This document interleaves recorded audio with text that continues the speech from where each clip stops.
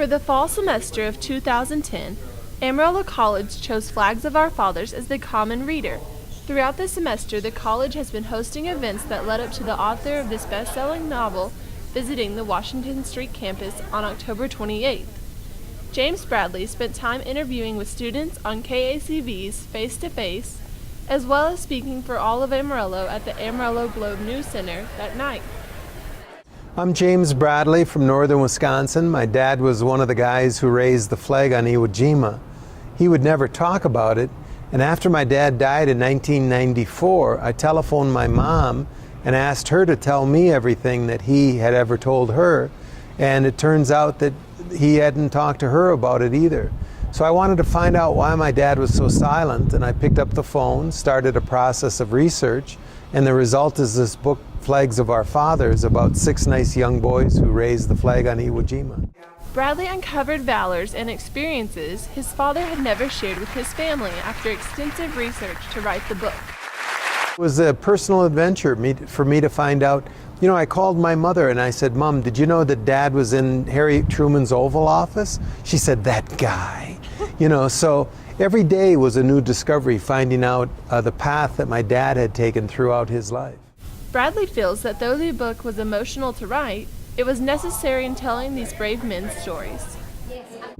I think the most emotional part was writing about the lives of the 3 boys who died on Iwo Jima, because that's all they had was their boyhood, and they could easily be forgotten. So the thing that I appreciated doing the most was bringing them back to life.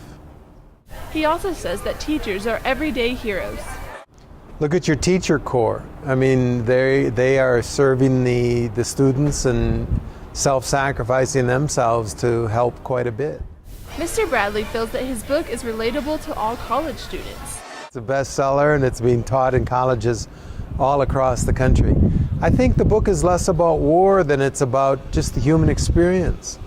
And you know, most of the book is not about war. If you just tore out all the pages that have battles on it, most of it's about little boys growing up. These flag raisers were writing letters home that they titled Dear Mama. Fate, not chance, is what Bradley says brought the flag raisers together. I think there was something special going on for that flag to get up that way, for the wind to be rippling a certain way, for a photographer to happen to be there, and for those guys to be almost exactly representative of the country at that point. If you took the population of America and distributed it across the country, these flag raisers represented America at that time. So it is amazing how that what that picture means to America on so many different levels. Regardless of whether or not readers enjoy history, James Bradley believes there are a lot of lessons about the world of today from the stories of many yesterdays ago. I think it's important to understand our history.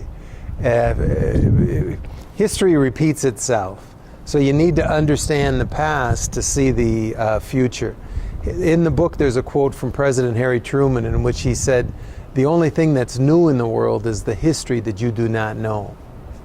James Bradley's book has been an inspiration to many AC students. If you're looking for a great book that will tug on your heartstrings, just find Flags of Our Fathers. For the Ranger Online, I'm Abby Brown.